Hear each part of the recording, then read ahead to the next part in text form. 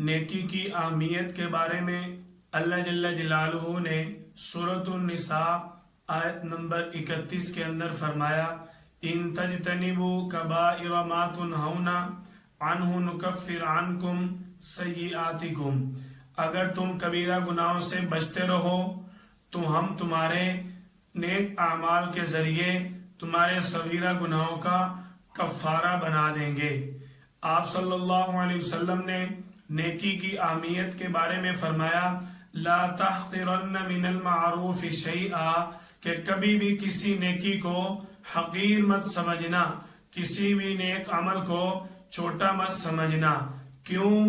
جب نیک اعمال اپنے خالق کائنات کے لیے کیا جاتا ہے تو جو خالق کائنات اتنا بڑا پروردگار ہے تو پھر اس کے لیے کی جانے والی نیکی کیسے چھوٹی ہو سکتی ہے۔ جس خالق کائنات کی رضا حاصل کرنے کے لیے صحابہ کرام نے اپنی جان تک لگا دی، صحابہ کرام نے اپنا تن من دھن تک لگا دیا، اس خالق کائنات کو اگر ہم ان نیک اعمال کے ذریعے راضی کر سکتے ہیں، یہ ہمارے لیے بہت ہی غنیمت موقع ہے۔ جب اخلاص جیسا عظیم عمل اس کے ساتھ جڑ جائے گا تو نیکی کے اندر اخلاص جڑنے کی وجہ سے اللہ جل جلالہ برکت عطا فرمائیں گے۔ اگر ہماری نیکی اللہ کی رضا کے لیے نہ ہوئی تو اللہ جل جلالہ نے اس کے بارے میں ہمیں تنبیہ بھی فرمائی وَلَا تُبْطِلُوا أَعْمَالَكُمْ، اپنے اعمال کو ضائع مت کرو۔ وابسہ رضی اللہ تعالیٰ عنہ سے مشکات شریف کے اندر مروی ہے کہ میں آپ صلی اللہ علیہ وسلم کے دربار میں حاضر ہوا، نبی کریم صلی اللہ علیہ وسلم نے مجھے دیکھتے ہی فرمایا آؤ وابسہ، تم نیکی اور گناہ کے فرق کے بارے میں سوال کرنے آئے ہو؟ تو حضرت وابسہ رضی اللہ تعالیٰ عنہ کی یا رسول اللہ جی ہاں۔ حضرت وابسہ فرماتے ہیں آپ صلی اللہ علیہ وسلم نے یوں اپنے ہاتھ کی انگلیوں کو جوڑ کر میرے دل والی جگہ پر رکھ کر 3 مرتبہ فرمایا اپنے دل سے پوچھو کہ تمہارا دل نیکی کے بارے میں کیا کہتا ہے۔ اگر تیرا دل نیکی کرنے کے بعد خوش ہوتا ہے، مطمئن ہوتا ہے، راحت محسوس کرتا ہے تو وہ تمہارا عمل نیک عمل ہے۔ اگر تمہارے کسی عمل کرنے کے بعد تمہارا دل تکلیف محسوس کرتا ہے، نحوست محسوس کرتا ہے، تردد اور شک کا شکار ہوتا ہے تو وہ گناہ ہے۔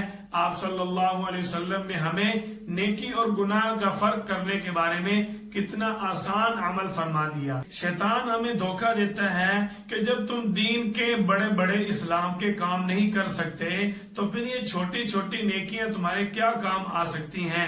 شیطان کے اس دھوکے میں نہ آئیں بلکہ اس بات کو پختہ کریں کہ جس خالق کائنات کے لیے ہم نیکی کر رہے ہیں، جب وہ خالق کائنات اتنا بڑا رب ہے تو اس کے لیے کی جانے والی نیکی کیسے چھوٹی ہو سکتی ہے۔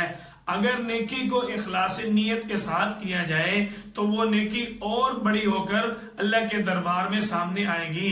اگر جس عظیم پروردگار کی رضا کی خاطر صحابہ کرام نے اپنی جان تک لگا دی، اپنا مال تک لگا دیا، اپنے بیوی بچے گھر بار سب کچھ اللہ کی رضا کے لیے لٹا دیا، اگر ہم اس اللہ کو، اس رب کریم کو اگر ہم کسی ایک چھوٹی سی نیکی کے ذریعے راضی کر سکتے ہیں تو ہمارے لیے یہ بہت بڑا غنیمت موقع ہے۔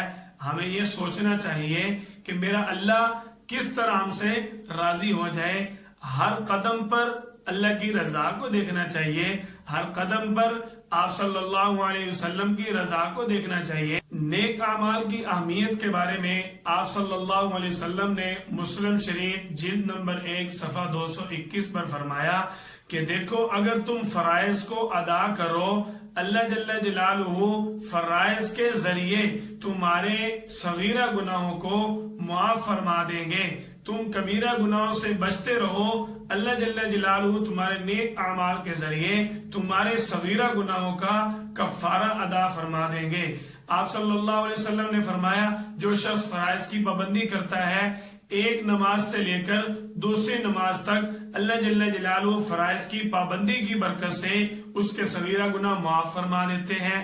ایک جمعہ سے لے کر دوسرے جمعہ تک اللہ جل جلالہ ان فرائض کی پابندی کی برکت سے اس کے درمیان میں جتنے بھی صغیرہ گناہ ہیں وہ معاف فرما دیتے ہیں۔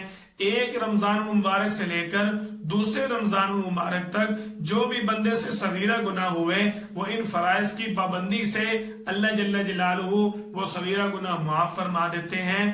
کبیرہ گناہوں سے بچنے کا آپ صلی اللہ علیہ وسلم نے حکم فرمایا اور اللہ جل جلالہ نے ہمارے صغیرہ گناہوں کو معاف کرنے کا انتظام فرما دیا۔